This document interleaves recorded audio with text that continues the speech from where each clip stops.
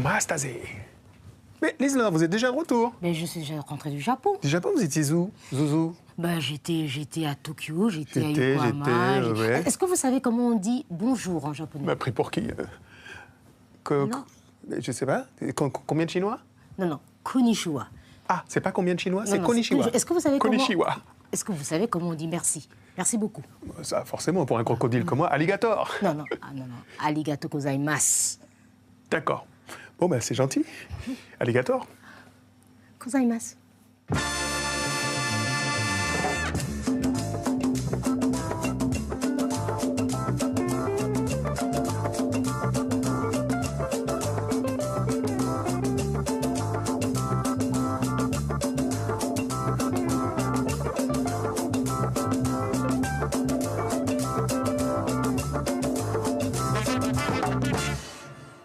Salut à tous, merci de rejoindre Africanité, le magazine Culture et Société de TV5 Monde qui ce mois-ci s'intéresse aux liens établis entre le Japon et l'Afrique à quelques mois de la tenue de la 6e conférence internationale de Tokyo pour le développement en Afrique. Il s'agit du TICAD. Nous accueillerons de nombreuses personnalités. Nous servirons de guide entre économie et culture. Liselor Etia.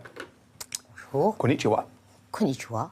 Bienvenue sur ce plateau, fraîchement débarqué du Japon, on en parlera tout à l'heure, mais également Christian Eboulet. Vous êtes magnifique. Connais pas.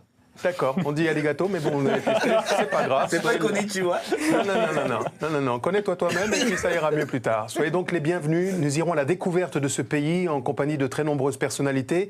Je le disais tout à l'heure, entre culture et société, une star planétaire sera à nos côtés, il s'agit de Papa Wemba. Nous parlerons avec lui des liens qu'il établit avec ce pays qu'il connaît avec une grande finesse. Le tout sous le regard bienveillant de notre invité de marque. Il s'agit du directeur général Afrique du ministère japonais des Affaires étrangères que je salue. Soyez le bienvenu, Norio Maruyama. Bienvenue sur ce plateau. Merci beaucoup. Konnichiwa. Konnichiwa. Merci de nous accueillir chez vous, parce qu'aujourd'hui, c'est le Japon qui est en Afrique, l'Afrique est au Japon, ici sur ce plateau. Oui, merci beaucoup. Je suis très honoré d'être là, sur votre plateau. De TV5 Enchanté. Monde. Merci. Arigato. Alors, est-ce que vous vous souvenez de votre premier contact avec le continent africain, votre premier lien? Le premier lien, ça remonte peut-être une vingtaine d'années auparavant, quand j'étais à Paris. J'étais en poste à Paris. Et il y avait un lien très étroit avec la France et l'Afrique. Et la première expérience n'était pas dans un pays francophone, mais anglophone. Mais la France avait également une grande ampleur de leur diplomatie, qui non seulement pour les pays francophones, mais anglophones, c'était la Tanzanie. Alors, je ne sais pas si vous avez déjà vécu en Afrique, mais vous savez que les proverbes tiennent une place importante en Afrique. Et il y a un proverbe gabonais qui dit que le soleil n'oublie jamais un village, même si ce village est petit. Alors, ma question, c'était, est-ce qu'aujourd'hui, le Japonais est à la conquête de l'Afrique, une conquête pacifique, bien entendu? Oui, je pense que les Japonais s'intéressent davantage sur l'Afrique. Et pourquoi? Parce que nous considérons que c'est un continent qui pourrait non seulement intéresser de point de vue économique, mais culturel. Culturel, je pense que nous allons avoir le reportage très intéressant des Japonais qui s'intéressent à la culture africaine, mais également, comment dirais-je, le cœur des Africains nous touche toujours.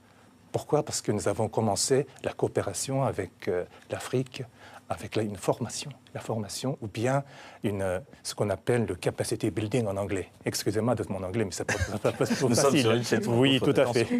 Mais est-ce que justement la majorité des Japonais suivent les autorités japonaises dans ce développement pour l'Afrique? Je pense que ce sont les sociétés japonaises qui commencent davantage à s'intéresser et nous les accompagnons. Donc ça commence à être très bien. Et pour ceci, je pense que le processus de la TICAD a beaucoup encouragé cette tendance. Alors ce sera une toute première, car la conférence, la prochaine donc, conférence internationale de Tokyo pour le développement de l'Afrique se tiendra au cœur du continent. Ce sera à Nairobi, au Kenya. C'était en 1993 qu'intervenait la toute première TICAD en Afrique. Où en sont ces relations entre le Japon et le continent africain? Une réponse à travers ces images et ce sujet. Regardez. TICAD est l'acronyme anglais de la Conférence internationale de Tokyo sur le développement de l'Afrique. Elle a été lancée en octobre 1993 au sortir de la guerre froide par le gouvernement du Japon dans un contexte économique marqué par l'afro-pessimisme. En cause, l'instabilité de certains pays d'Afrique, et l'échec des politiques d'ajustement structurel. Dans les années 93, on pensait que l'Afrique était un continent perdu. Et le Japon est l'un des pays qui s'est levé pour dire non, l'Afrique n'est pas perdue. Si on soutient l'Afrique, l'Afrique peut faire aussi bien que les autres. L'objectif de la TICAD est de promouvoir la paix, la sécurité et le dialogue entre les dirigeants africains et les partenaires au développement. Au fil des années, elle est devenue une plateforme internationale et repose sur le double principe d'appropriation par les Africains de leur développement et de partenariat international. La TICAD est co-organisée par le gouvernement du Japon, la Commission de l'Union africaine, la Banque mondiale, le Programme des Nations unies pour le développement et le Bureau du conseiller spécial pour l'Afrique. Depuis sa création, le Japon a accueilli la conférence tous les 5 ans. La dernière s'est tenue à Yokohama en 2013. Elle a réuni plus de 4000 personnes, 51 pays africains étaient représentés. À ce forum, les autorités japonaises avaient pris l'engagement de verser une aide de près de 24 milliards d'euros au gouvernement et aux acteurs privés africains afin d'encourager la croissance sur le continent pour les 5 prochaines années. La TICAD 2013 marque incontestablement la volonté du gouvernement nippon d'être plus présent sur le continent, une politique qui incite les jeunes coopérants à la fin de leur séjour à se lancer dans le commerce, comme Megumi. Elle exporte depuis 2 ans des roses auprès des petits producteurs kényans. Ces initiatives et ce regain d'activité des entreprises japonaises sur le continent restent insuffisants. Les Africains attendent plus d'engagement malgré les réticences de Tokyo. L'Afrique a connu une période difficile à la fin du XXe siècle. Il y avait des problèmes économiques, des conflits, et tout cela a amené plusieurs entreprises japonaises à quitter le continent. Il y avait en Afrique 11 bureaux et antennes de la GETRO, notre organisation extérieure du commerce. Le nombre a considérablement baissé jusqu'à 4. Aujourd'hui, nous sommes en train de remonter la pente et le nombre d'entreprises a augmenté à peu près de 30%.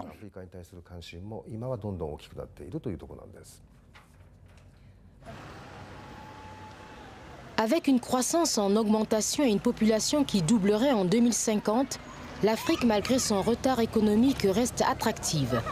Courtisée par les Occidentaux et par les Asiatiques pour leurs ressources minières, notamment par la Chine, le grand rival du Japon, les dirigeants des pays africains n'hésitent plus à faire connaître leurs intentions, comme en 2013 à la conférence de Yokohama. Il faudrait que ce soit une saine compétition. Ce qui est important pour l'Afrique, je pense, c'est de capturer ses capitaux, encore une fois, dans le cadre d'un partenariat gagnant-gagnant. Nous ne sommes pas dupes et nous devons défendre nos intérêts. Le tout, c'est de voir, que ce soit avec la Chine ou avec d'autres partenaires, comment, comme le Japon, l'Afrique peut s'en tirer au mieux. Comment ces investissements vont impacter notre développement? Voilà toute la question. Et nous pensons, en ce qui nous concerne, nous, Sénégal, que nous sommes en train de redéfinir les règles avec nos partenaires chinois, avec les autres partenaires, sur les règles d'engagement de ces financements, la manière de faire travailler aussi notre secteur privé national, de faire travailler nos jeunes dans le cadre de ces partenariats. Il faut que tout soit bâti autour d'un partenariat gagnant-gagnant. Le mode gagnant-gagnant est très important pour nous aussi. Il faut créer quelque chose ensemble. C'est le développement du pays, le développement de population jeune, le développement de classe moyenne et offrir la culture japonaise et recevoir la culture africaine. En même temps, on peut créer des projets et pour l'aménagement d'infrastructures sociales ou industrielles en Afrique. Cette année, à la demande du continent, la TICAD 6 se déroulera pour la première fois au Kenya, en terre africaine, et 2 ans plus tôt. Face à une société civile plus exigeante, les dirigeants africains tenteront de tirer en août prochain le meilleur parti de leurs partenaires japonais des partenaires ambitieux, soucieux de leur image sur la scène internationale. C'est Africanité que vous regardez. Nous nous intéressons aux liens établis entre le Japon et l'Afrique. Nous sommes à quelques mois de la 6e conférence internationale de Tokyo pour le développement de l'Afrique, en compagnie du directeur général Afrique du ministère des Affaires étrangères du Japon. Il est avec nous sur ce plateau, Norio Maruyama, à l'heure où nous accueillons un nouvel invité. Soyez le bienvenu. Claude Leblanc, vous êtes journaliste à l'Opinion. Il s'agit d'un quotidien français. Vous êtes l'un des spécialistes en France des relations établi entre le Japon et l'Afrique. Alors, Claude Leblanc, dans quel secteur majeur intervient le Japon? Parce qu'on reproche souvent, on l'a vu dans ce sujet, aux entreprises japonaises de ne pas être assez présentes en Afrique. Alors, les entreprises japonaises, effectivement, si on compare à d'autres pays, sont beaucoup moins présentes que les autres, évidemment, mais ils sont présentes dans différents secteurs. C'est-à-dire qu'à la différence peut-être des Chinois, par exemple, qui sont très investis dans tout ce qui est secteur minier, etc., les Japonais, bien sûr, les entreprises japonaises sont présentes dans ces secteurs-là, mais elles tentent aujourd'hui à diversifier davantage vers des produits de grande consommation, par exemple. Ils sont déjà très bien implantés en Afrique australe, mais on voit également que sur l'Afrique occidentale, au Côte d'Ivoire, au Sénégal, les entreprises japonaises cherchent aujourd'hui davantage à s'intéresser à cette classe moyenne qui est évoquée, qui est en train de croître, de leur proposer des produits qui sont qui répondent à leurs besoins. Monsieur Maruyama, quelles sont les particularités de cette coopération entre le Japon et l'Afrique? Est-ce qu'il y a des spécificités dont vous pouvez... Moi, je pense que c'est vraiment très intéressant de pencher sur ce côté de spécificité, parce que ça met en clair à quoi les entreprises japonaises sont capables. Moi, je pourrais dire deux choses. Une, c'est la technologie qu'ils apportent, et puis de l'autre côté, c'est la formation. Je m'explique. Donc la technologie, bon, nous avons la technologie, et les autres ont de la technologie. Mais les Japonais souhaitent partager avec les Africains les technologies qu'on a. Et donc on forme davantage... Gratuitement, c'est possible. Je pense que, bon, ils ont des idées. Non, simplement, oui. Moi, je pense que ça pourrait dire gratuit parce que eux, par exemple, je vais donner un exemple concret. Quand, par exemple, on essaye de construire un port, il est évident qu'il y a des gens qui travaillent sur ça. Mais le port qu'on vous propose, c'est un port qui a de très haute qualité. Donc, les main-d'œuvre également devraient être à la hauteur. Alors, qu'est-ce qu'on devrait faire? On n'apporte pas les gens du chez nous, mais on forme les gens locaux d'abord. Et ensuite, maintenant qu'ils sont bien formés, on les utilise en tant que main-d'œuvre locaux. Et c'est la raison pour laquelle on a des technologies, transferts et formation. Donc, tout vient en même temps. Donc, c'est un peu ça, les Japonais qui font actuellement. Alors, Claude Leblanc, il y a un point sensible, c'est la concurrence et l'éruption continentale africaine d'un autre géant d'Asie. Quelle est la différence d'approche entre le Japon et la Chine? La Chine, on pourrait même ajouter l'Inde, parce que l'Inde est un nouvel acteur sur le continent africain qui est très actif. On l'a vu avec le sommet qui a eu lieu récemment. La différence essentielle entre la Chine et le Japon, M. Maruyama l'a souligné, c'est-à-dire que les Japonais mettent beaucoup l'accent sur effectivement le côté humain. C'est-à-dire que la formation des individus, même si elle est moins massive que les investissements chinois, puisque si on fait une comparaison, par exemple, du commerce entre la Chine et l'Afrique, c'est 200 milliards de dollars, et le Japon, c'est 27 milliards de dollars. Donc on est vraiment très loin. Mais en revanche, il y a une qualité, effectivement, comme le soulignait M. Maruyama, qui est très forte en termes humaine. Donc la formation est très importante et c'est ça qui fait, je pense, la grande différence entre les deux. Alors, M. Maruyama, sur un ton provocateur, je dirais qu'il y a un peu l'ennemi chinois et l'ami français. Parce qu'il y a beaucoup de... Vous adressez à un diplomate Parce que j'ai vu qu'il y avait quand même beaucoup de relations entre le Japon et l'Afrique, notamment pour la construction de grands ouvrages. Moi, je dirais que, bon, dans un premier temps, on a parlé de TICAD, et en 1983, ce que nous avons voulu faire, c'est de sensibiliser nos partenaires pour les questions africaines. Parce que c'est 1993, vous vous souvenez, c'était après la guerre froide, et il y a un désintérêt sur le continent africain. Moi, je me souviens fort bien qu'on disait à tort, je devrais bien dire à tort, que c'est un continent qui n'a pas d'avenir, mais c'était tout à fait tort. Et il y avait des gens qui disaient même que nous avons une fatigue pour les aider. Non, c'est pas du tout. Le Japon a dit non. Les autres partenaires, venez en Afrique, on a besoin de vous. Et maintenant, qu'est-ce qui se passe? C'est qu'on est bien heureux. Les Indiens sont là, les Chinois sont là, les Français sont toujours là. Tout le monde est là. Tout le monde est là, c'est formidable. Alors justement, Claude Leblanc, il y a beaucoup d'économies. On parlait tout à l'heure de ressources minières, etc. Mais la diplomatie n'est pas en reste. Et le Japon a notamment des ambitions au Conseil de sécurité. Il veut être membre permanent et il attend le soutien des pays africains. Oui, qu'est-ce qu'il en est? M. Maloyama a souligné effectivement qu'en 1993, on sortait de la guerre froide. Et pour le Japon, c'était une catastrophe, la sortie de la guerre froide. Parce qu'il avait besoin, ce pays, de retrouver une place internationale dans les arènes internationales. Et donc, évidemment, il fallait exister dans les instances internationales, que ce soit l'ONU, que ce soit l'UNESCO, que ce soit l'OMS, etc. Et évidemment, pouvoir courtiser des pays qui ont des voix à offrir, donc les pays africains, c'était quelque chose aussi d'important.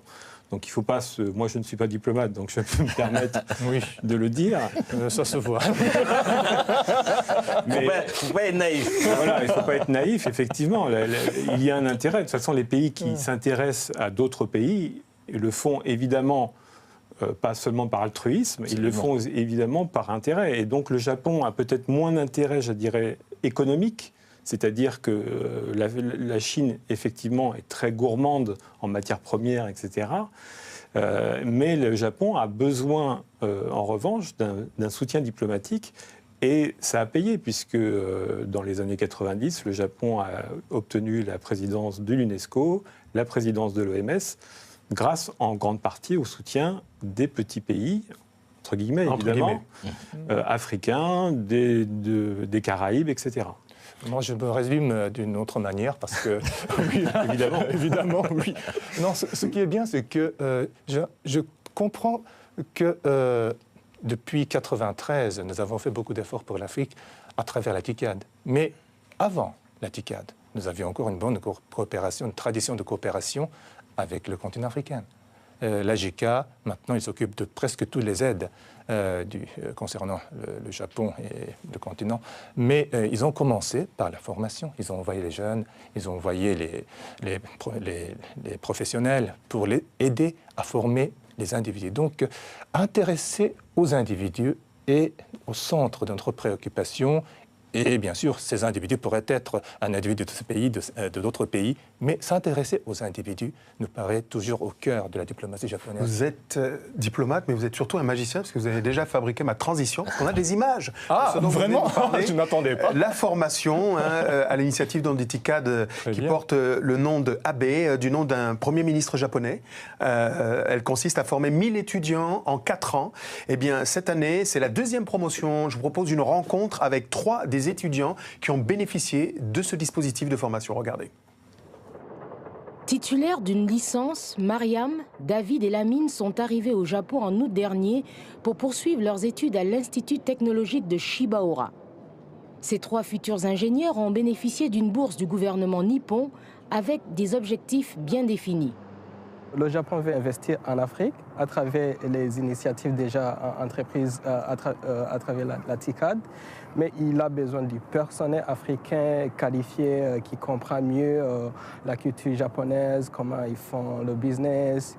Et c'est dans ce cadre-là qu'on a été sélectionné pour venir ici, passer nos 2 ans et demi ici au Japon. Et puis, à la fin de nos études, nous allons retourner au pays et servir de pont entre le Japon et les pays africains dont le Burundi fait partie. Ce programme est organisé par la JICA, l'agence japonaise de coopération internationale spécialisée dans la formation. J'ai fait savoir à un mail que j'ai été sélectionné et je dois aller au Japon. Il m'a dit quoi? Qu'est-ce que tu vas faire là-bas? Japon, Sénégal, Japon, c'est au bout du monde. L'éloignement, la peur de l'inconnu, l'écart culturel n'ont pourtant pas découragé nos étudiants, confrontés dès leur arrivée à la barrière de la langue. Je viens d'un pays francophone, du Sénégal. Donc d'abord, j'ai eu à m'adapter à l'anglais. Donc venir au Japon et rajouter le japonais, c'était pas évident, je dirais. Donc on a eu pas mal de problèmes au début, parce que la plupart des Japonais ne parlent pas très bien l'anglais. Donc il fallait d'abord avoir des bases des bases en japonais, histoire de pouvoir se diriger dans la ville, tous ces trucs-là. C'était un peu difficile au début, mais on s'y est fait depuis. Et voilà quoi. Maintenant, on prend des cours aussi de japonais à l'école et aussi là où nous vivons, à Tia ici. Donc de ce fait, nous pouvons avoir une discussion basique avec les Japonais. Dans cette université privée située sur le campus de Toyosu dans la baie de Tokyo, Mariam et ses camarades ont été enthousiasmés par la discipline et les équipements dans les salles d'études. Ce qui m'a le plus marqué ici, c'est l'aspect technologique, je veux dire l'avancement qu'ils ont par rapport au système éducatif au Sénégal ou partout ailleurs en Afrique pour la plupart du temps. Et comme j'étudiais l'ingénierie mécanique, c'est tout à fait un atout pour moi. Mais ici, les cultures sont... Il y a une très grande différence. Mais quand même, les Japonais, ils sont très, très disciplinés. Ils nous font savoir, les Japonais vivent comme ça, les Japonais vivent comme ça, ils sont ponctuels, ils sont respectueux. Quand ils vous disent, on a rendez-vous à 10 h, ça veut dire que tu dois venir à 10 h pile, ça veut dire que tu dois au minimum être là-bas à 9h45 ou 9h50. Ça, ils ne badinent pas sur ça. C'est ça le moteur de Stanley. Lamine, David et Mariam partiront d'ici avec leur master d'ingénieur. Après des études dans des entreprises japonaises, ils comptent rentrer afin de servir leur pays. Comme je suis dans le secteur énergétique, j'aimerais contribuer à aider mon pays à faire face à la précarité énergétique qui entrave le développement économique et qui menace la santé et la vie des populations à travers tout le pays. Parce que la majorité, seulement 5% de la population a accès à l'énergie. Et il doit faire tout mon possible pour inverser la tendance. J'entends appliquer ce qu'on m'a appris ici, au Japon. J'ai envie de faire construire une école d'ingénieurs du genre de ce type, histoire de former un peu plus la jeune génération à s'investir un peu plus dans la technologie, surtout dans l'ingénierie, dans le domaine où je travaille. Et aussi, j'aimerais pouvoir contribuer à le développement du secteur industriel au Sénégal. À Yokohama, la JICA propose aux femmes une formation pour développer l'entrepreneuriat. Chaque année, cette ville portuaire accueille 600 stagiaires sur les 12 000 que sélectionne l'agence. Dans ce groupe, elles viennent du Burkina Faso, de la Côte d'Ivoire, de l'Éthiopie, du Ghana, du Nigeria, de la Tanzanie et de la Zambie. Objectif : améliorer la productivité de leur entreprise en s'inspirant du Kaizen, une méthode japonaise d'organisation du travail qui a contribué au succès de l'industrie nippone. Ce qu'on attend, c'est d'avoir déjà comment ça se fait ici, c'est-à-dire quelles sont les méthodes que la partie japonaise utilise pour vraiment mieux accompagner les femmes, surtout sur tous les plans. Chaque délégation est composée d'un représentant de l'État et d'une femme d'affaires. Pendant 2 semaines, anglophones et francophones suivent des cours et profitent du séminaire pour développer leur réseau et surtout échanger. Nous avons de beaux plans d'action. Mais nous avons besoin de soutien financier. Ça, c'est la première des choses et c'est sorti dans presque tous les action plans. Oui, nous avons besoin de soutien financier. Nous avons besoin que le gouvernement mette encore plus le paquet pour nous soutenir. Elles évoquent toujours le côté financier, mais il y a beaucoup d'autres choses qui rentrent en ligne de compte quand on fait le suivi. L'un des obstacles pour la sélection pour les femmes entrepreneurs, c'était déjà la langue. Elles sont très, très, très bien dans leur domaine d'activité, mais une fois qu'on doit aller sur d'autres marchés, les marchés internationaux, là, c'est déjà un obstacle. Je reconnais qu'il y a des problèmes, mais j'ai déjà mené avec succès mes expériences en Jordanie et en Égypte. J'ai beaucoup écouté les femmes d'affaires, mais quel que soit le pays, c'est pas facile. Néanmoins, il y a un point commun, c'est que ces femmes sont très motivées et il ne faudrait surtout pas les décourager. J'ai eu l'occasion de discuter avec les participantes de cette formation. Je pense qu'elle travaille avec beaucoup de fierté. Nous avons nos réalités en Afrique.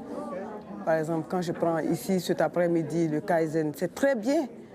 Mais comment l'appliquer chez nous? Comment l'appliquer? La discipline, on n'est pas toujours discipliné. La propreté, ce n'est pas toujours le cas. On ne peut pas tout embrasser en même temps. Nous sommes obligés d'aller étape par étape et surtout de commencer par les priorités des femmes entrepreneurs.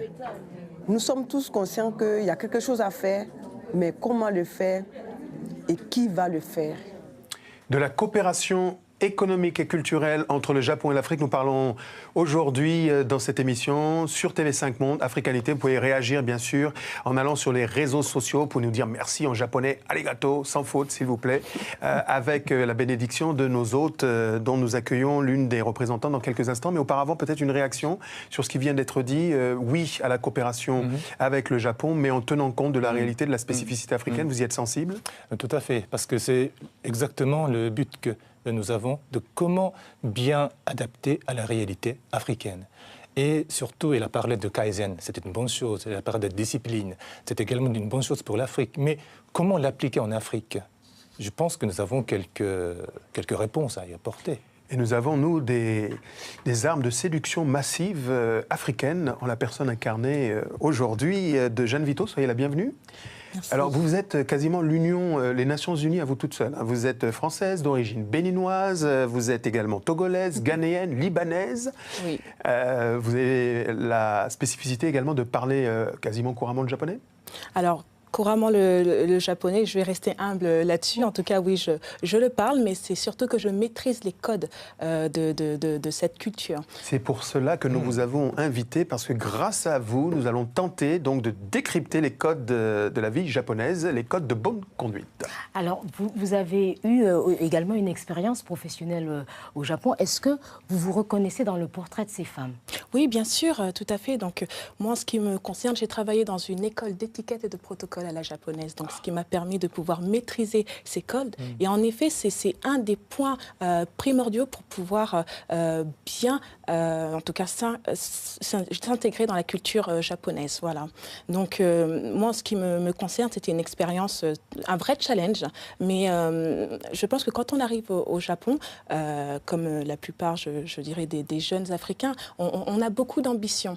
Et ces ambitions font qu'on arrive dans un cadre où le Japon, c'est le travail, le gambaru, d'accord, qui nous motive et qui nous pousse et qui nous, voilà, qui nous donne l'envie de pouvoir réaliser ces ambitions. Alors Claude Leblanc, on a entendu des étudiants dire qu'ils feront le lien au bénéfice du Japon entre le Japon et les entreprises japonaises et le cœur du continent africain. On a vu d'autres initiatives dans ce sens en termes de coopération, c'est le cas pour la France, d'autres pays, mais est-ce que ça marche vraiment ?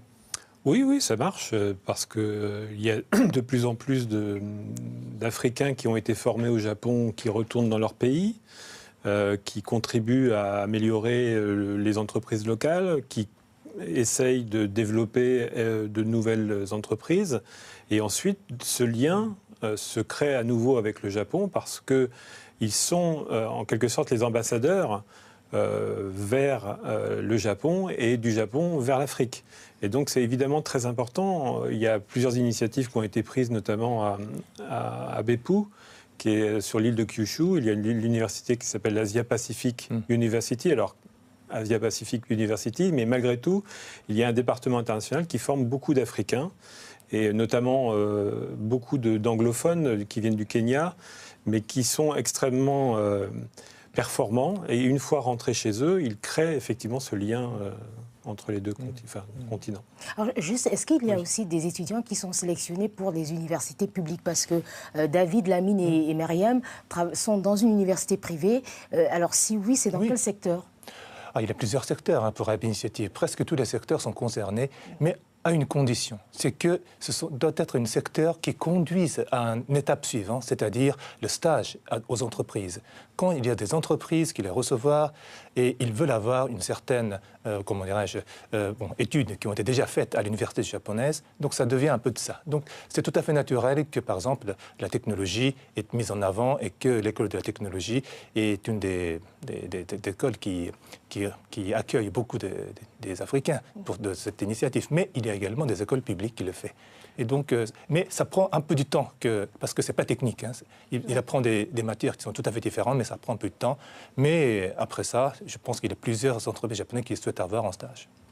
Alors, Jeanne Vito, vous avez créé votre propre agence, vous faites de l'intermédiation, du conseil, vous faites le lien entre l'Afrique et le Japon. Est-ce que vous avez côtoyé de nombreux étudiants? Est-ce que la tentation est grande de rester dans ce pays où, nous dit-on, il y a des endroits où, quand tu es stressé, tu peux aller caresser des chats pour te déstresser? C'est le culte du paroxysme de la civilisation. Est-ce qu'on est tenté de rester? Bien sûr qu'on est tenté de rester. C'est un pays avec tellement de contrastes, mais c'est un pays qui en même temps vous prend et vous donne cette envie de rester, complètement différent de nos cultures. Et c'est d'ailleurs une de ces raisons pour laquelle on est attiré.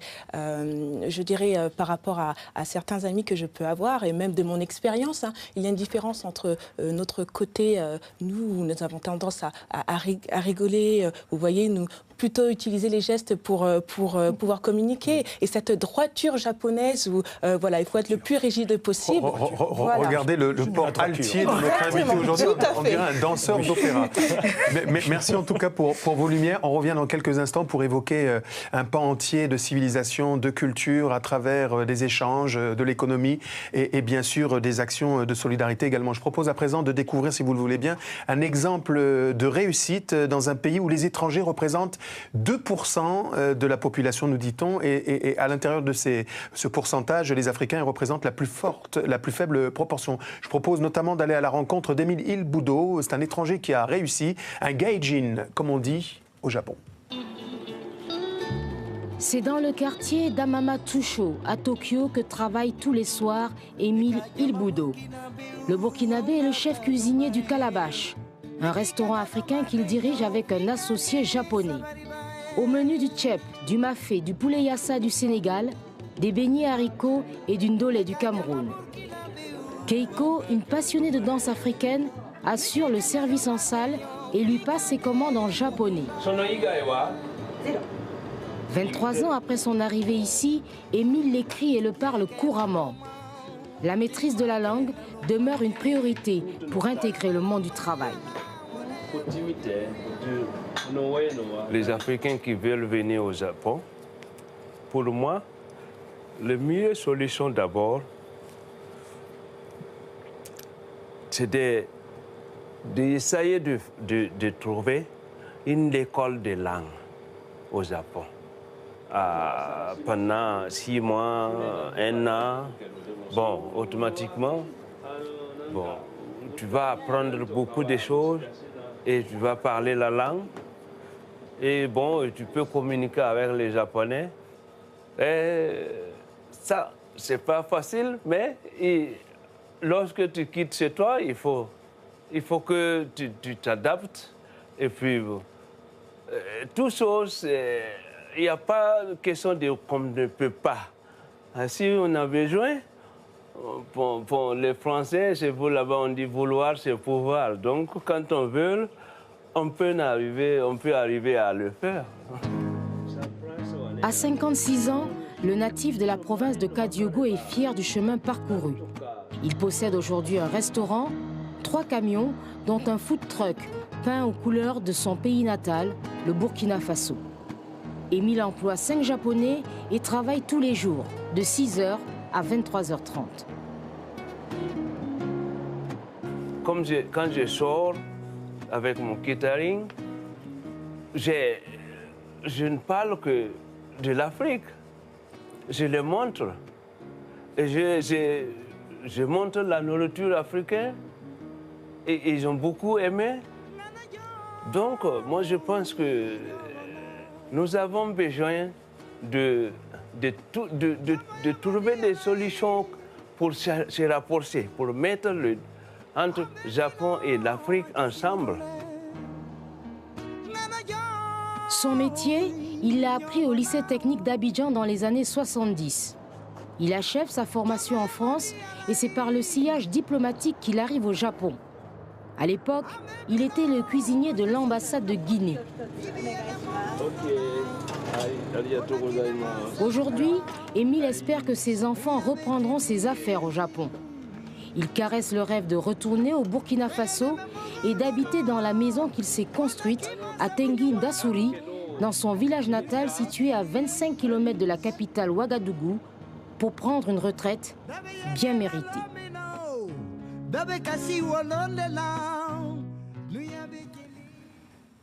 Cette africanité, nous sommes au cœur du Japon. Si vous n'avez pas eu l'occasion d'y aller, il suffit de regarder cette émission. Peut-être un désir ardent d'aller du côté de Tokyo. Vous étiez où? Kyoto, Tokyo? Yokohama. Yokohama. Iwata. Ça fait la peine de se moquer de moi? Mais si, j'en profite. Bon, nous accueillons un autre invité, c'est Serge Manguet. Soyez le bienvenu. Vous avez la chance d'avoir connu ce pays, d'y avoir vécu pendant 5 ans. Vous êtes directeur stratégie chez Renault, stratégie des marques chez Renault. Vous avez donc vécu là-bas et on vous doit notamment la création d'un kimono d'inspiration africaine. Ça va nous passionner. Alors, on a vu dans le reportage qu'Émilie Bouldo compte rentrer, prendre sa retraite dans son pays. Et vous aussi, après 5 ans, vous êtes rentré en France. Oui, je suis revenu en France parce que ma mission pour l'automobile s'était achevée. Donc je suis rentré en France en 2011 pour pouvoir prendre de nouveaux postes au sein de l'Alliance Renault-Nissan à Paris. Alors, Jeanne, on a vu que dans tous les pays, il y a des freins, il y a des barrières, notamment linguistiques. Mais si j'ai bien compris, les règles de base sont la politesse, la modestie, la propreté, la ponctualité. On insiste beaucoup et plus généralement le respect de l'autre, même si ça n'a pas été facile, notamment pour la première Miss afro-japonaise. Vous êtes optimiste pour l'intégration des populations africaines dans ce pays? Tout à fait, tout à fait. Ce qu'il faut savoir aussi, c'est qu'il y a une génération, cette nouvelle génération qui tend vers ce mélange et cette envie justement de pouvoir s'ouvrir. Donc je reste tout à fait optimiste. Vous avez vécu plusieurs années dans ce pays, on disait 5 ans tout à l'heure. Vous avez été déstabilisé par les codes du Japon? Non, il s'est passé quelque chose d'assez étrange, il faut savoir. Lorsque je suis arrivé au Japon, très rapidement, je me suis rendu compte qu'il fallait que parce que j'ai vécu en France pendant longtemps, il fallait que je redevienne africain pour mieux m'entendre avec les Japonais. Ça, c'est des choses qu'il est intéressant de préciser. D'accord, alors c'est un bon concept. Il fallait passer par votre africanité pour mieux coller à l'appréhension de ces codes que vous offrez ce pays d'accueil, le Japon. Exactement, parce que c'est un pays qui est animiste, comme nous. C'est un pays qui est très sophistiqué, extrêmement codifié. Il y a beaucoup de liens profonds, anthropologiques presque, entre le Japon et l'Afrique. Et il fallait retrouver cette dimension-là pour être en phase avec le Japon. Et justement, vous parliez de l'importance du non-verbal. J'ai vu dans d'autres interviews que justement cette culture africaine vous a aidé, mais également le non-verbal. Alors c'est quoi le non-verbal? Oui, vous savez qu'en Afrique, on communique beaucoup par ce qu'on ne se dit pas. Et au Japon, c'est très similaire. Je pense que M. Mario Massan ne contredira pas. On communique beaucoup plus par ce que l'on ne dit pas que par ce que l'on dit. Et plus on parle, et moins on est compris presque. Ça peut donner lieu à des quiproquos. Vous avez vécu des scènes. D'abord, on apprend à ne pas se toucher, se dire bonjour, des choses comme ça peut donner lieu à des quiproquos. On peut considérer que c'est une froideur. En fait, c'est des codes de vie en collectivité citoyenne. Des codes de politesse, tout simplement, des codes de respect. C'est vrai que vous le mentionnez, il y a ce qu'on appelle le honne et le tatemae là-bas. Donc, c'est vrai qu'il y a cette différence entre ce que vous allez dire et ce que vous pensez réellement, d'accord, par respect par rapport à votre interlocuteur. Et c'est pour cette raison que l'on voit des touristes japonais qui se trouvent presque blessés lorsqu'ils arrivent dans un magasin, et les codes n'étant pas les mêmes en France, de voir que quelqu'un ne vienne pas tout de suite leur proposer leur service. Vous avez vécu ça comment, cette distorsion?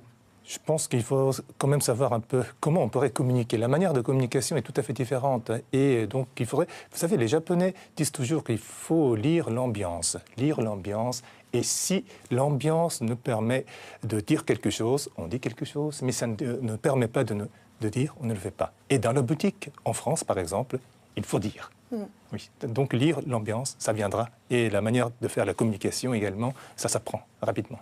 Alors j'ai envie de vous dire merci, Arigato. Vous étiez un bon messager pour nous entraîner comme guide dans ce pays, l'ère nippone, à découvrir rapidement si ça n'est déjà fait. Je vous propose maintenant de découvrir un autre exemple type de coopération entre l'Afrique et le Japon autour de 2 denrées essentielles de consommation, on va dire de base. Il s'agit de l'eau et du riz. Nous partons directement en Côte d'Ivoire.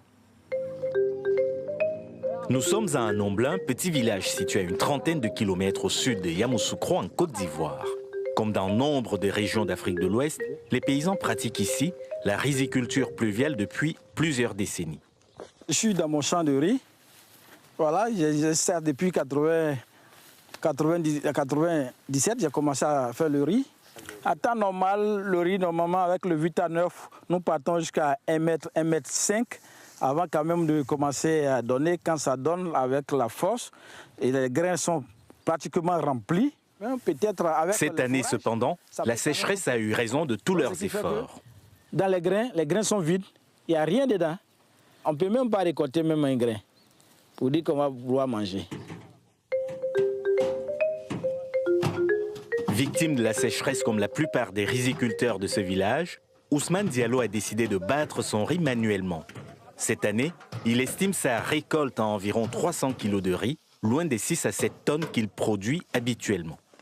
Pour moi, j'ai trouvé pratiquement 65 à 70 sacs de 100 kg, s'il y a de l'eau. Mais cette année, pas le cas. Avec les progrès de l'urbanisation, le riz est devenu aujourd'hui la première céréale consommée en Côte d'Ivoire, soit près de 60 kg par an et par habitant. La production locale ne couvre cependant qu'environ 60% des besoins de consommation, estimés chaque année à plus d'1,5 million de tonnes. D'où l'importance de la coopération avec le Japon, qui dispose d'une vieille tradition rizicole. Nous avons une longue histoire sur la production de riz comme une culture principale.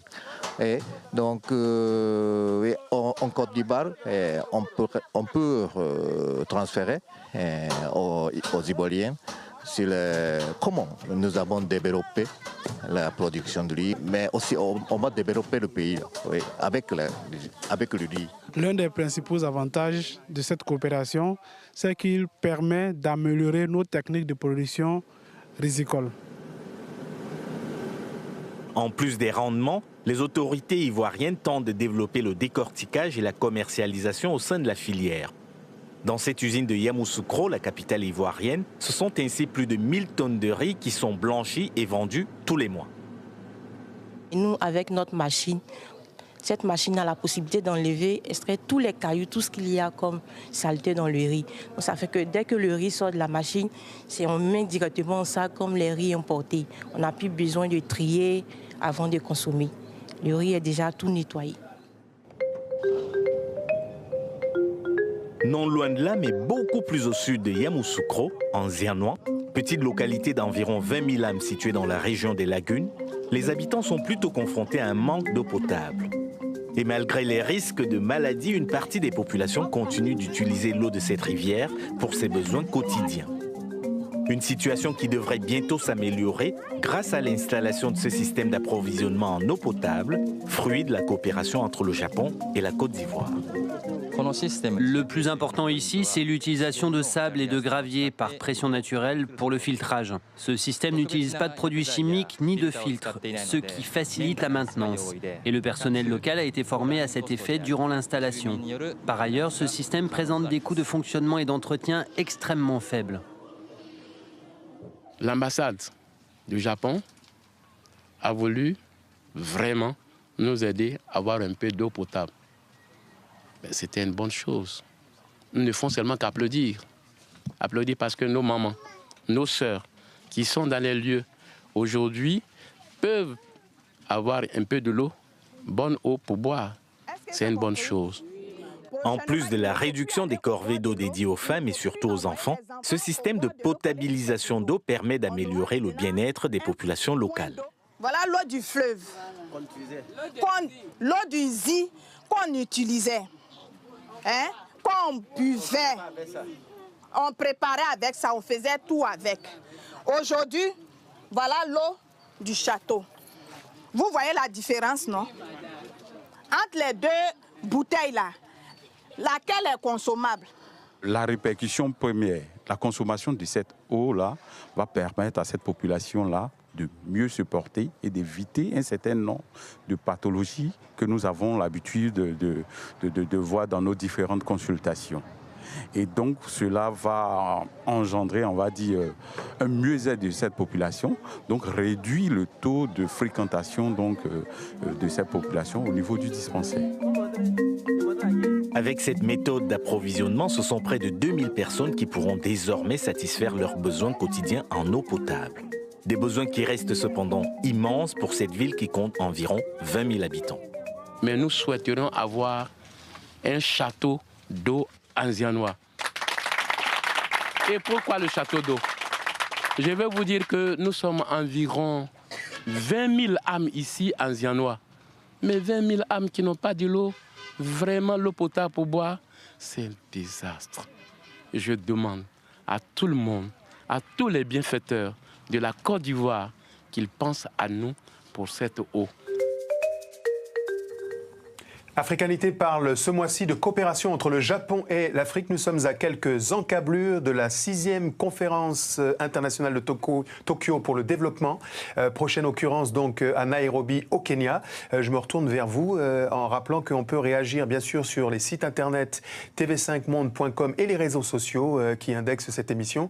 Je me retourne vers vous, Monsieur Mariama, pour vous demander comment vous réagissez à cette interpellation, même si une partie de la société civile africaine dit que l'Afrique est aujourd'hui le continent de tous les taux de croissance et qu'on n'a pas besoin d'aide.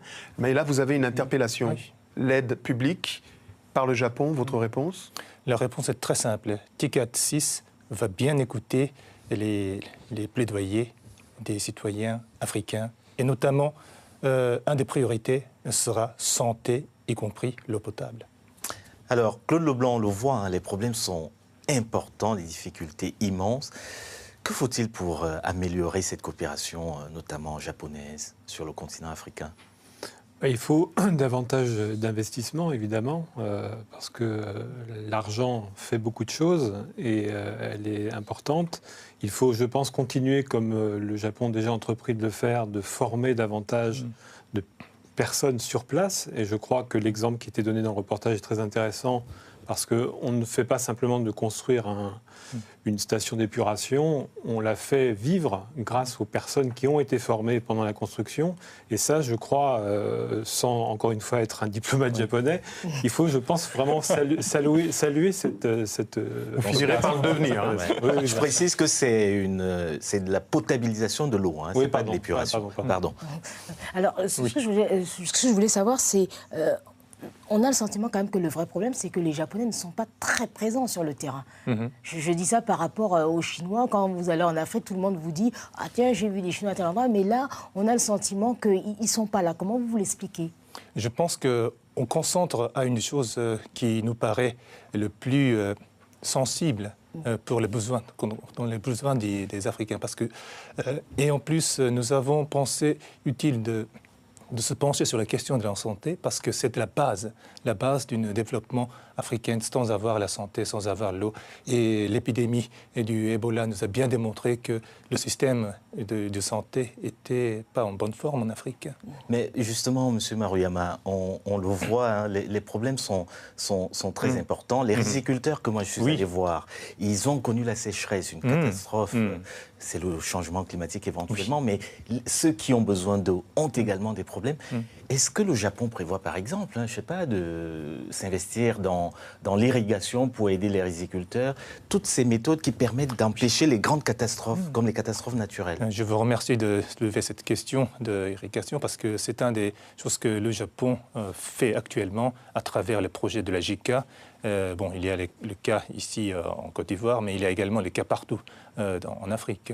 Et je pense que la prochaine TICAD serait également l'occasion de voir comment les grands sujets évoqués dans les conférences internationales pourraient être appliqués sur l'Afrique. Vous avez parlé du changement climatique, le COP21, le COP22 se tiendra en Afrique, à Maroc. Donc ce serait l'occasion de faire l'application à la TICAD. Claude Leblanc, aujourd'hui, on le voit bien, les pesanteurs existent de part et d'autre.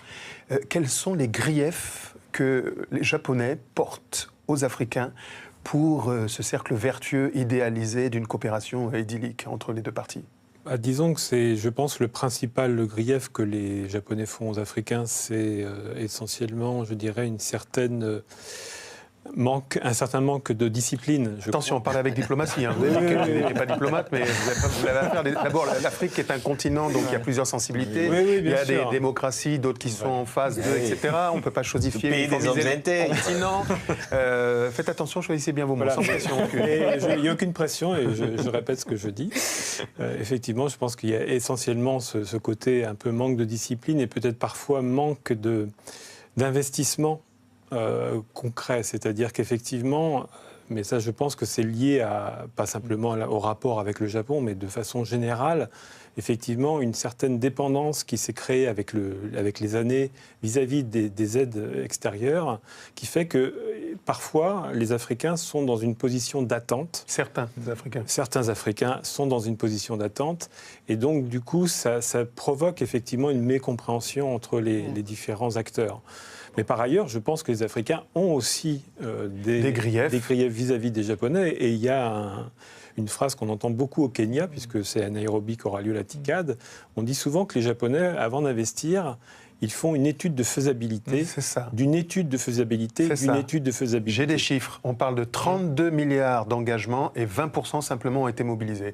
Mais bon, on en reparlera certainement une autre fois. L'une des choses qui... J'aimerais bien apporter une petite correction ici, parce que le 30 000, bon, je ne sais pas quel chiffre vous parlez, peut-être c'est le chiffre qui a été annoncé au TICAD 5. Mais j'aimerais bien vous dire que là, c'est l'amalgame des contributions du gouvernement et puis l'éventuelle participation du privé, les deux ensemble. Et pour la contribution du gouvernement, puisqu'on parlait un peu de l'aide, 60% étaient déjà faites. Alors, quelque chose que le Japon partage avec apaisement, avec le cœur du continent, ce sont les karaokés. Pardon ? Il y a beaucoup de karaokés en Afrique. Oui. Et dans le monde entier. Dans le monde entier. C'est une forme de coopération culturelle apaisée. Effectivement. Je vous posais la question parce que est-ce que vous connaissez le groupe Yokashok ? Bien sûr. Ce sont les gens qui chantent en langue locale. Lingala. Voilà, des Japonais qui ont tellement appréhendé la culture congolaise qu'ils pratiquent la rumba dans l'orthodoxie même originelle et ils chantent en Lingala. Yokashok. Daisuke, on regarde.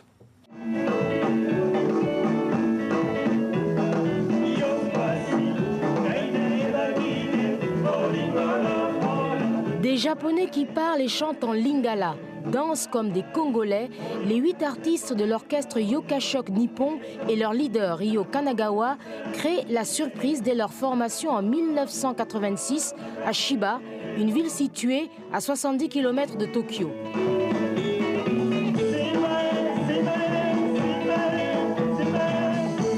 Avec 2 albums phares, des tournées et des concerts au Japon, en Europe et en Afrique, ce groupe atypique est considéré en Asie comme l'un des premiers ambassadeurs de la musique congolaise.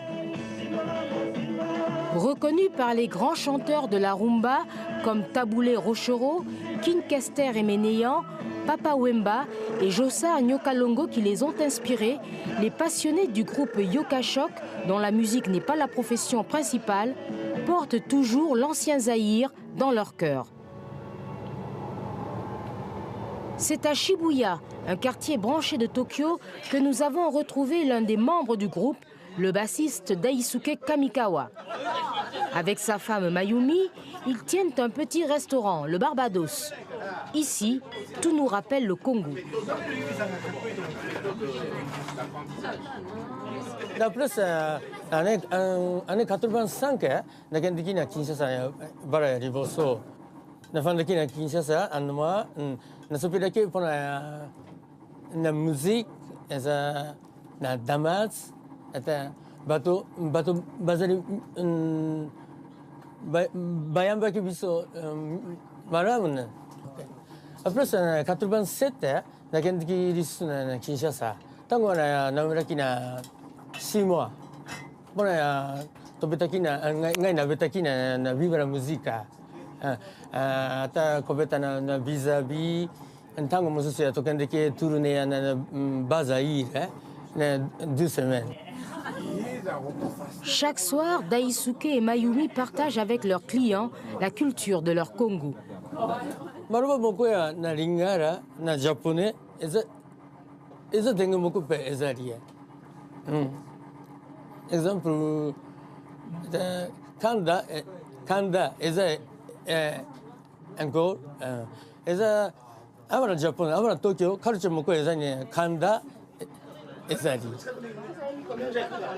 Gaya na supera kimingi na elo ko non se na Congo. Musique, damas,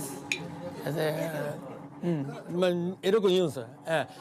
Ata suki nakoraki sana ba japonais ya nani bilo ko non se na Congo. Exemple, ata biloko moko ya nani pondu, bino bogocha na bishi ya kauka. Biso japonais pe togocha na nani netsu bishi ya kauka. Ta japonais moko tango Korea na pondu, baso piri mingi. Eza ekokani na oyo eza Afrique, oyo eza japonais te.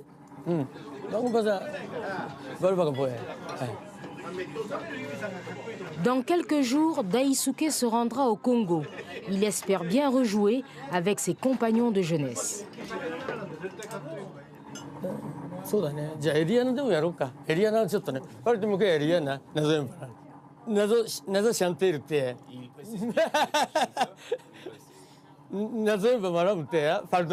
Pardon. Eliana iko tindera ngai foto nara kisabango bamona ye maramu etembesila. Pardon. On applaudit bien fort et ça c'est un fan qui reprend le répertoire d'une idole, le formateur d'idole, il est avec nous.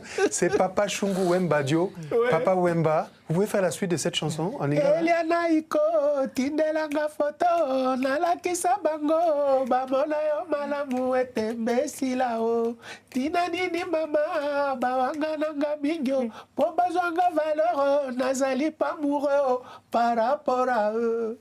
Beta Maboko. Et je précise qu'il a enrhumé. Hein. Ça, c'est de la coopération japono-africaine.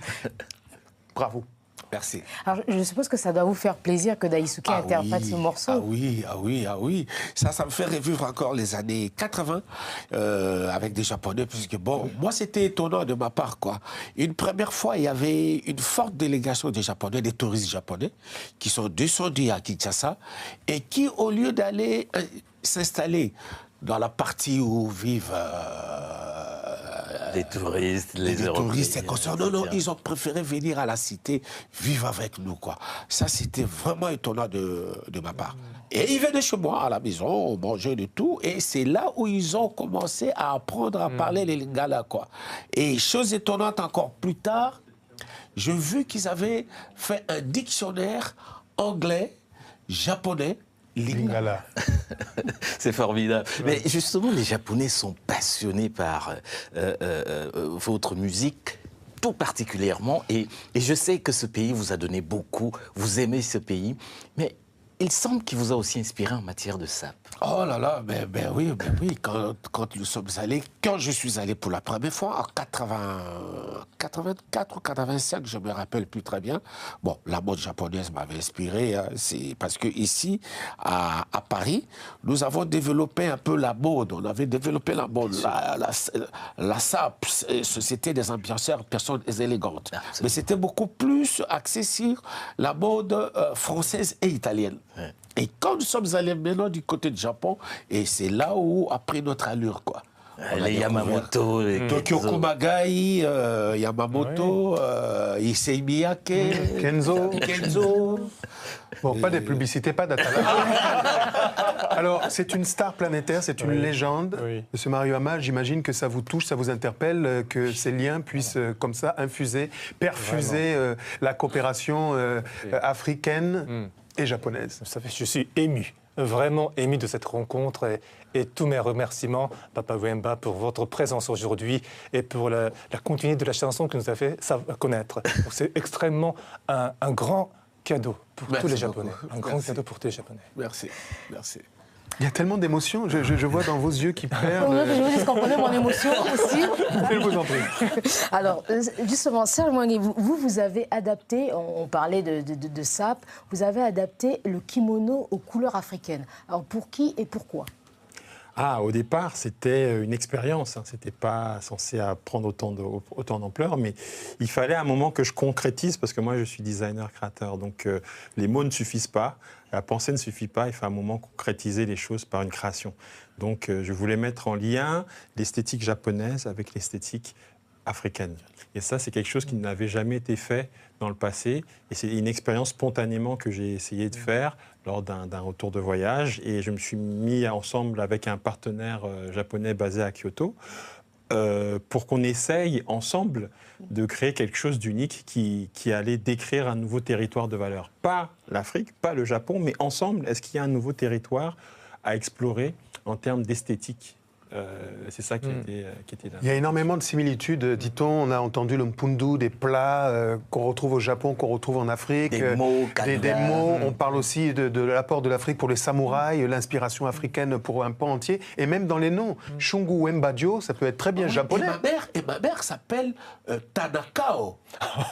C'est un japonais. Tanakao. Ça, c'est le nom de ma mère. Et ça a une signification Non, rien du tout. Ça veut juste dire Tanakao. Alors, Papa Wemba, il y avait un tel culte des liens entre une fascination entre l'Afrique et le Japon que l'un des albums qui a marqué toute une génération, vous n'étiez pas encore né, c'était Nippon Banzai Zaiko Langa Langa Nyo Kalongo. C'est un album qui a été enregistré. Je vois tout le monde. C'était dans les années 80, un album enregistré au Japon. Extraordinaire. Ouais. Moi, je ne faisais pas partie encore de ce groupe-là. Enfin, je fus l'un des cofondateurs de ce groupe-là. Mais juste après, puisque j'étais le tout premier chanteur congolais d'y aller au Japon. Et puis, par la suite, il y a eu d'autres amis aussi qui sont partis. Mais le passage de Zaiko a quand même marqué beaucoup de choses, quoi. Avec l'album enregistré au Japon, Nippon Banzai. Alors, on va reparler beaucoup de liens entre l'Afrique et le Japon en compagnie d'un écrivain extraordinaire, hein, c'est Kama Kamanda. Il nous rejoint sur ce plateau dans quelques instants. Merci beaucoup. J'aurais préféré quand même que vous veniez avec un kimono pour nous démontrer un peu comment vous avez adapté la saveur africaine dans un habit plusieurs fois séculaire, voire millénaire, et qui campe la civilisation japonaise et nippone. Merci beaucoup. Merci. À très très vite. On va écouter un peu de musique. Vous fûtes invité en acoustique sur TV5 Monde, Papa Wemba, formateur d'idoles, légende africaine, le seul qui a ouvert les portes de l'Afrique en Amérique avec des tournées avec Peter Gabriel. On regarde tout de suite un extrait.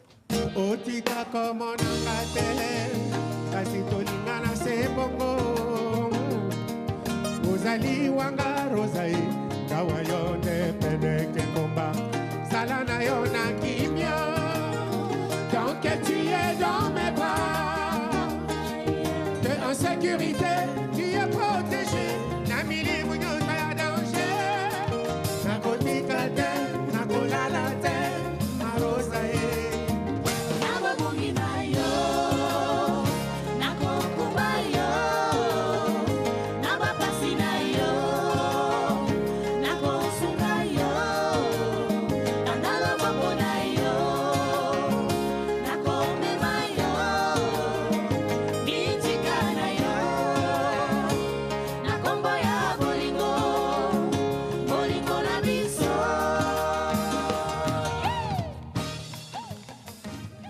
De la musique pour égayer nos cœurs, c'est Papa Wemba, Shungu Wembadio, ici au cœur d'Africanité, TV5 Monde. Nous parlons de la relation Afrique-Japon, en compagnie à présent de l'un des rares auteurs et écrivains africains à être lu, édité au Japon. Il a été distingué de très nombreuses fois, environ une quinzaine de fois, notamment le Grand Prix littéraire d'Afrique noire. Nous sommes très heureux d'accueillir sur ce plateau M. Kama Kamanda. Et justement, Kama, votre prochain livre se passe au Japon. C'est un ouvrage illustré qui paraît aux éditions Dagan en mai prochain. Vous avez choisi de nous raconter l'histoire d'un prince africain qui va à la conquête d'une reine japonaise. Est-ce que c'est une métaphore? Oui, en quelque sorte. Pourquoi? Parce que pour nous, les enfants africains, nous n'avions pas eu beaucoup de modèles au départ. L'enfant africain n'avait pas beaucoup de rêves, on l'avait limité à des clichés néocoloniaux, colonialistes. C'est-à-dire que pour réussir dans sa vie, il fallait être soit un prêtre ou entrer dans l'armée, parce que dans l'armée, il y avait une chance de faire un coup d'État pour devenir président. Donc c'était ça. Hein. Donc il y avait l'armée, le prêtre, Ou alors, bon... L'enseignement aussi. Oui, l'enseignant, c'était le meilleur. Donc, si vous êtes donc, pour les gens de l'intelligence, c'était instituteur. Alors, je me suis dit qu'il était temps d'élargir un peu. Pour ceux qui souhaitent vraiment en savoir plus sur la littérature de Kama, il y a ce livre, c'est une tragédie, c'est du théâtre. Il nous parle de Toutankhamon. Pourquoi le choix de Toutankhamon, qui est une légende en Afrique? Non, mais Toutankhamon, c'est l'histoire de l'Africain. C'est l'histoire de l'homme noir. La différence entre nous et les Japonais, elle est là. Les Japonais ont conservé leur mémoire. Ils protègent leur mémoire. Ils investissent dans la mémoire. Absolument. Nous, on a abandonné notre mémoire. Alors, voilà. ici, Alors, moi, c'est un hommage à l'Afrique, à l'identité africaine, pour dire que voilà, ce que nous avons apporté à l'humanité. Nous avons contribué à la civilisation universelle. Mon écriture, c'est ça. C'est pour ça que les Japonais, ils aiment mes livres, parce que ça leur parle de la vraie Afrique. Vous voulez l'offrir à quelqu'un? Oui, voilà. Ça, ce sont mes livres qui sont traduits en japonais, que j'offre à son Excellence. Merci voilà, beaucoup. avec plaisir, parce qu'en fait, ces livres, vraiment, c'est un peu mon cadeau pour l'Afrique et un cadeau du Japon à l'Afrique. Alors vous reviendrez peut-être nous parler de vos livres. Merci beaucoup. Sur ce plateau Kama. Effusion. Voilà, et nous allons continuer d'ailleurs en matière de littérature. Voilà, j'ai envie de vous parler de ce livre, Afrotopia, de Felwine Sarr. C'est un essai révolutionnaire. Je crois depuis Peau noire et masque blanc de Frantz Fanon, on n'a rien écrit de mieux. Ça paraît aux éditions Philippe Ray. C'est en fait une manière révolutionnaire de voir l'Afrique, d'envisager les solutions, notamment sur le plan économique et politique. On en a parlé beaucoup dans cette émission. Depuis Frantz Fanon, vous mettez là-bas. Ah oui, absolument. C'est à lire. Felwine Sarr, c'est un brillant économiste qui vit au Sénégal. Lise Laure, on parle de cinéma. À présent, une page cinématographique direction Madagascar, le film court. Oui, deux événements. Donc, le premier, c'est donc la rencontre du film court de Madagascar. C'est du 15 au 23 avril. Et c'est très important, ce festival, parce que ça a permis, en fait, de former la nouvelle génération de Malgaches au cinéma. Et le deuxième festival s'appelle AFIBA. C'est d'ailleurs une première édition. Et l'invité de ce festival, c'est le Maroc. Ça permet également de faire la promotion du cinéma marocain, des infrastructures à un cinéaste marocaines. ivoirien. Et un hommage, j'en arrive, et un hommage à un cinéaste ivoirien qui donc s'appelle Henri Duparc. Merci. La Côte d'Ivoire. La Côte d'Ivoire. Vous êtes en Côte d'Ivoire? FEMUA. Le FEMUA, 9e édition du FEMUA. Papa Wemba sera la tête d'affiche de ce FEMUA, dont le thème est jeunesse et développement. C'est important. Il y a même un FEMUA pour les enfants qui a été mis en place. Et puis, il va se délocaliser. Il ira dans le nord du pays, notamment du côté de Korogo. Et ça se passe en avril prochain. Il ne faut pas hésiter à le dire. Maman Nangaï. À Abidjan et puis dans le nord du pays. Pas très loin de là, du côté du Cap-Vert, entre le 11 et le 14 avril, à la fois donc une rencontre autour des industries musicales, des forums, des débats, des conférences sous la houlette de José Da Silva, qui est le producteur entre autres de César et Evora, et bien sûr des journalistes, des artistes du Cap-Vert venus d'Afrique et d'ailleurs, mais également le Creole Jazz Festival, au même moment avec des artistes d'Angola, Oshtuba Aroesh, Teofilo Chantro, Paolo Flores et Shemujani. Excusez-moi pour la prononciation, je suis meilleur en japonais. J'ai une parole à apporter quand même, parce que si vous m'avez invité pour parler du Japon, je crois que, sans vanité, je connais très bien le Japon, mais il y a une chose essentielle qu'il faut savoir, c'est que mon souhait, moi, pour la TICAD, c'est que le Japon doit aider l'Afrique à mettre en place des banques d'épargne et d'investissement. C'est ça qui manque en Afrique. Et les Japonais ne peuvent pas investir en Afrique tant qu'il n'y a pas de banques qui garantissent leurs investissements. Et voilà pourquoi moi, je me battais au Japon pour dire à la TICAD, je suis prêt à vous servir d'aller construire les Shinkansen. Shinkansen, c'est un peu le TGV japonais. Ils sont prêts à investir dans tout le pays d'Afrique, faire les Shinkansen qui partent du Maroc à l'Afrique du Sud. Et ça bloque depuis plus de 15 ans. Il y en a un au Nigeria, il y a d'autres pays qui ont commencé. Oui, mais les Japonais sont prêts à le faire. Mais moi, je leur avais dit, vous ne le ferez jamais tant qu'il n'y a pas de banques africaines où les Africains contrôlent leur argent, les avoirs et le crédit. Sinon, vous allez perdre de l'argent comme les Chinois. Les Chinois, c'est bien de faire des terrains de football, mais ça ne fait pas développer l'Afrique. Merci à tous d'avoir été. Merci à vous de nous avoir offert donc, cette possibilité d'investir votre pays. Rendez-vous donc au cœur de la 6e conférence de Tokyo, la conférence internationale pour le développement de l'Afrique. Ce sera donc à Nairobi, au Kenya. Entre-temps, on se voit à Abidjan. Merci Shungu, Papa Wemba. Merci à à très bientôt, Monsieur Mayoa. Merci Kama. Merci à tous et rendez-vous au mois prochain.